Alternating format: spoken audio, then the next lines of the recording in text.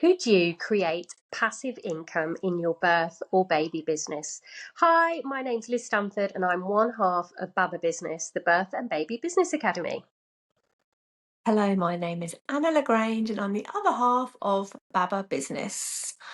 So we're talking about passive income today because quite a lot of people ask us about this, Yeah, and yeah, it's a really good topic because I think diversity in your business is brilliant. I think it's really good to have different um, levels of income from different areas. That's not to say you should offer a million things and overwhelm yourself, but it can be a really useful thing to do. And I find that most people have got something in the back of their heads, in the back of their minds. They're like, oh, I feel like I should do this, or there's something that my ideal client needs, or something that parents talk about a lot, but they're not really seriously thinking about doing anything with it. It's like a one day thing. yeah, yeah. But actually that's often a key. It could be, if they took the steps with it, that could be a way of earning passive income. But I think we should first maybe start off with what passive income actually is and what it means. Yeah, so passive income is basically where you create something that then creates you or generates you money with either no input from yourself or very limited input from yourself. So it can be just something that people access and they use and they get great benefit from, but you're not actually doing any delivery once you've created whatever it is. And that's why it's so great for birth and baby business owners, because we're busy. We're so busy, aren't we? We're busy people. We usually got families. We might have other jobs, etc.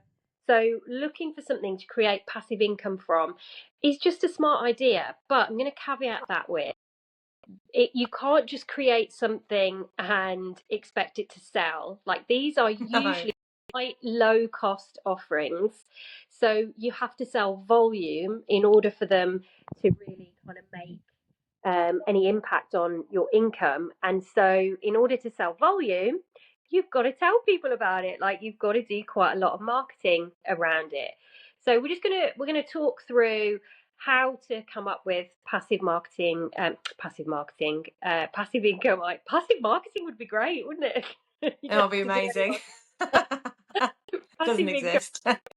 How to come up with it and see if we can inspire people to do it. Now, I'll say I used to think that a membership was quite a good passive income idea, but I think that the level of input that you have to have in a membership is doesn't make it that passive, really. It depends how the membership is set up, as well. I, I'd say it's more semi-passive, but um, it does still involve quite a lot of work. So, what do you think is the best way to approach thinking about passive income? Yeah, I think it's definitely about going back to what we always say, which is knowing your ideal client. What you Oh, want with something that's going to do well, whether it's passive, semi-passive, and I personally don't believe there's anything out there that's passive. Like, there's always going to yeah. be work to do.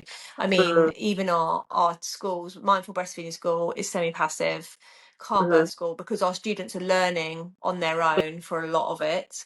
Yeah, Membership as well, you know, passive, semi-passive, because there's a lot of going on in the background that students don't need us for in person. But apart from the marketing, we run live calls and things. So yeah, I definitely think you've got to start off with a really good idea, and the way to do that is to be looking at, okay, what does my ideal client need? What are their biggest problems?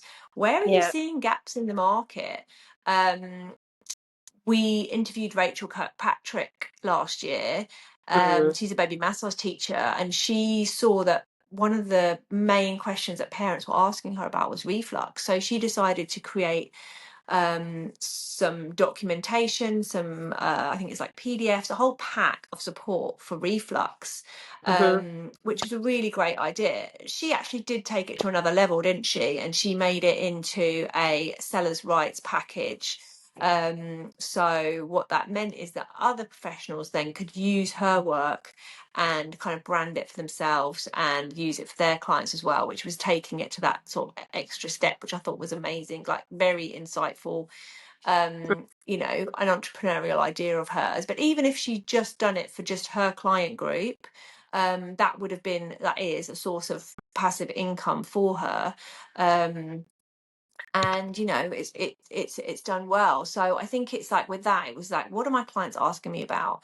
So I've got a passive income idea. I'm a little bit scared to say it publicly because I haven't done it yet. I don't know when I will, but no, there's not many other people even in the whole world who can create it, if I'm honest, which is that breastfeeding after breast reduction is like, there's quite a lot of people worldwide who need support with that, and there isn't a course out there that teaches that yet, and there's a lot of Yeah. forums and things. And so I definitely want to create that course one day because it's an area of specialism for me, and I've got also personal experience in it.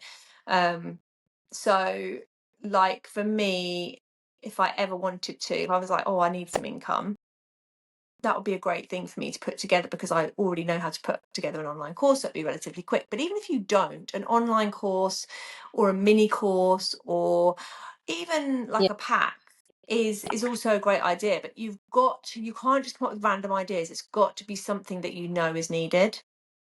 Yeah. Yeah. So step one is definitely thinking about your ideal client, which we know we bang on about all the time.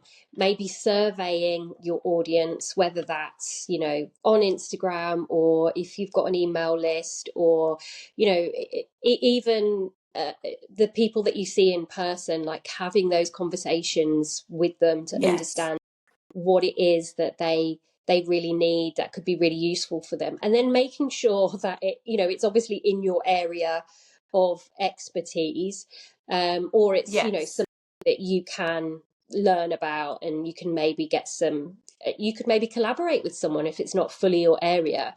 So really thinking that through first, and then thinking about how it's going to be delivered, like you were saying, Anna. So digital products. So it could be an online course, and we're not going to go into like absolutely everything that you have to do in order to get an, you know, No. to create an online course or house an online course, but it could be as simple as an ebook or a guide. You know, Yeah. sometimes the freebies that we create for our businesses are there. I know that our freebies are sometimes so good that, you know, we could charge for them, and actually there are some that we might charge for in the future, and we've Yeah. made freebies part of some of our paid experiences because they are so good and so thorough. So you might even have a freebie that you're like, this is so valuable, I could actually just you know, put a price tag on it as well. So you don't have to reinvent the wheel at all. It could be something of some downloadable resources that you've already got that aligns with your experience. And then we said memberships. I mentioned memberships before, and yeah, I think you need to think about, if you're going to run a membership as a birth or baby business owner, there's quite a lot of setup there, and you kind of have to think about how much input you would need to put into the membership versus like how much you're going to be charging for it. So kind of weigh up whether that's going to be financially beneficial to you in the long run as well. And then I was thinking, you know, like affiliate marketing is something that's quite big, but not really that Mm. big in the birth and baby business. But you could definitely approach like bigger brands to see if they do. I mean, we both do, we both have affiliates for our programs, but you could definitely approach um bigger brands than you to see if you could become an affiliate for them and you could help them promote their businesses. That can be a really, yeah, that it's not, again, it's like, it's not, you don't not do anything, you have to Yeah. promote it, market it, you have to be strategic around it. So like you said, you know, I do lean towards that idea of like, is there anything that's actually passive, is there anything that, Yeah. that you don't have to do any work for. You can do something like if you've got a freebie that's doing well, Yeah. you can just extend that. Like if your freebie is like something that people want and they go into it, then you could expand on that and do an Mm. upsell. You can even do an upsell when people land on the freebie. So let's say you've got a freebie that like helps to, let's just say a freebie is steps to night weaning your baby, okay? Yeah. So, or your toddler, say.